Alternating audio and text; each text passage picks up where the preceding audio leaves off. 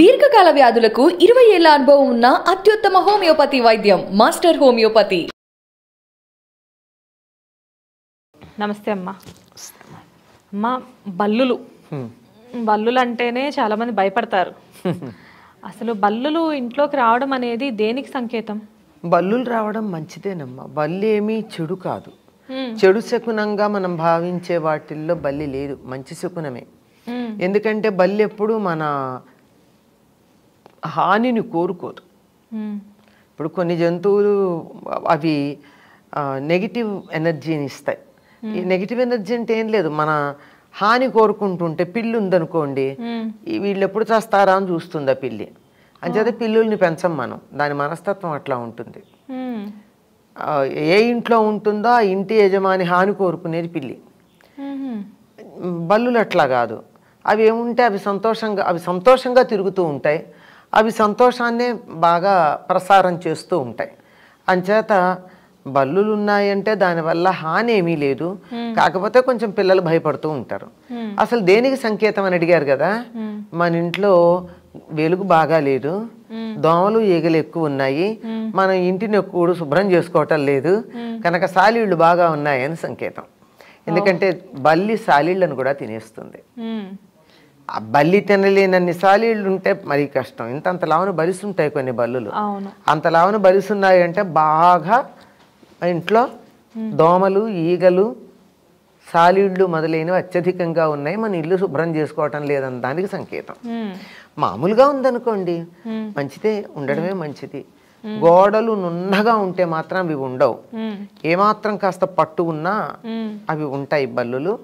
తర్వాత బల్లులు హానికరం అని చాలా మంది అంటారు. లావుగా తెల్లగా ఉండే బల్లులు పాయిజనస్ కాదు.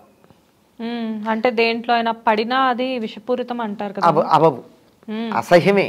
ఇప్పుడు దోమ పడింది అనుకో, దోమ పడిన పదార్థం తింటే మనం ఏమీ చచ్చిపోం కదా, అయినా తినం, అసహ్యం. ఈగ వాలిందనుకో అసహ్యం, పక్కన పడేస్తాం. అట్లాగే ఇది కూడా అసహ్యం. ఇంత జంతువు పడితే ఆ పదార్థం పనికిరాంతి, కానీ ప్రాణాంతకం కాదు. నల్లబల్లి ఒకటే ప్రాణాంతకం, విషం. నల్లది సన్నగా ఉంటుంది, దాన్ని చూస్తేనే అసహ్యం అనిపిస్తుంది. దాని మీద చుక్కల్లాగా ఉండి చాలా ట్రాన్స్పరెంట్ గా ఉండి ఇంతే ఉంటుంది, ఇంతకన్నా పొడుగు ఎక్కువ పొడుగు కూడా ఉండదు. చిన్నగా సన్నగా నల్లబల్లి. ఆ నల్లబల్లి మాత్రమే అది విషం కలిగి ఉంటుంది. టాక్సిన్ అంతే, అంటే తినంగానే చచ్చిపోతారని కాదు, ఆహారం పాడైపోతుంది, దానివల్ల వాంతులు ఇట్లాంటివన్నీ అవుతాయి పడక అలా ఉంటుంది. తెల్లబల్లులు అంత ప్రమాదకరమైనవి కాదు.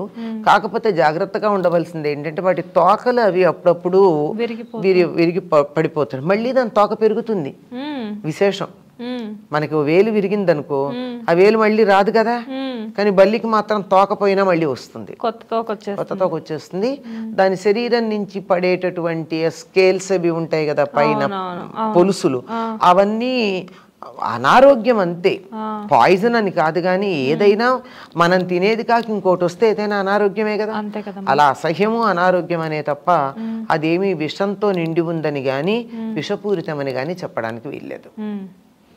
అంటే ఎక్కువ మీరు చెప్పినట్లుగా ఏవో మనం ఇంటిని శుభ్రంగా ఉంచుకోకపోతే బల్లులు రావడం ఒక రకం, కానీ కొంతమంది ఇళ్లలో ఎక్కువగా బల్లులు వస్తూ ఉంటాయి, ఎంత తరిమినా ఎంత శుభ్రంగా ఉంచుకున్నా వస్తాయి. అవి రాకుండా చేసుకోవడానికి ఏం చేయాలమ్మా? అంటే అధికంగా రాకుండా చేసుకోవడానికి కొన్ని వాడతారు, కానీ అవి ఎంతవరకు ప్రభావవంతంగా ఉంటాయో అనుభవం వల్లే తెలుసుకోవాలి. ఇప్పుడు మాంసాహారం తినేవాళ్ళు ఉన్నారు, వాళ్ళ ఇళ్లల్లో కోడిగుడ్లు వాడతారు కదా. అవును, ఆ కోడిగుడ్డు షెల్ పెడితే రావు. అవును, బల్లులు దాన్ని పెట్టేసేసి అవి తిరిగే ప్లేసెస్ లో ఉంచుతారు. తాడుగట్టు ఏదో ఉట్టిలాగా చేసి ఏదో సంథింగ్ అలా ఉంటే బల్లులు రావు అని చెప్తారు. మరి అది అనుభవంలో ఉన్న వాళ్ళు చెప్పాల్సినటువంటి మాట. అలోవెరా మొక్క పెడితే కూడా పరిసరాల్లోకి బల్లులు రావు. ఓ చిన్న కుండీలో పెట్టి కిచెన్ దగ్గర పెట్టండి, అది కూడా అలోవెరా కూడా కొద్ది కాలం ఎండ లేకపోయినా ఉంటుంది, వారానికి ఒకసారి ఎండలో పెట్టుకొచ్చి నీళ్లు పోయకపోయినా బతికేటటువంటి. కానీ ఎండలో మాత్రం అప్పుడప్పుడు పెడుతూ ఉండాలి. దాన్ని తీసుకొచ్చి కిచెన్ దరిదాపుల్లో కనుక పెట్టినట్టయితే బల్లులు రాకుండా ఉండేటటువంటి అవకాశం ఉంది. చీమలు దోమలు లేకుండా చూసుకోవడమే చాలా ప్రధానం. కాకపోతే బల్లుల వల్ల మనకు వచ్చేటటువంటి ఇబ్బంది ఏంటంటే అవి ఎక్కడ పడితే అక్కడ వాటి గొద్దెలు పడుతూ ఉంటాయి, అంటే వదిలేస్తాయి కదా ఆహారం తిన్నాక. అవి చాలా అసహ్యం. ఏది పడినా ఒక రాయే మనం మట్టి రాయే అన్నంలో ఉంటే మనం భరించలేం కదా, ఇట్లాంటివి పడితే మనం ఎలా భరిస్తాం? అందువల్ల అసహ్యం తప్ప ప్రాణాంతకం అని కాదు. అది నేను చెప్పేది. వాటిని పోషించమని ఉంచమని కాదు, ఒక అపప్రధ ప్రాణాంతకం అని, అంతే, అంతకన్నా ఇంకేం లేదు. మంచి ఇన్ఫర్మేషన్. నమస్తే. నమస్తే.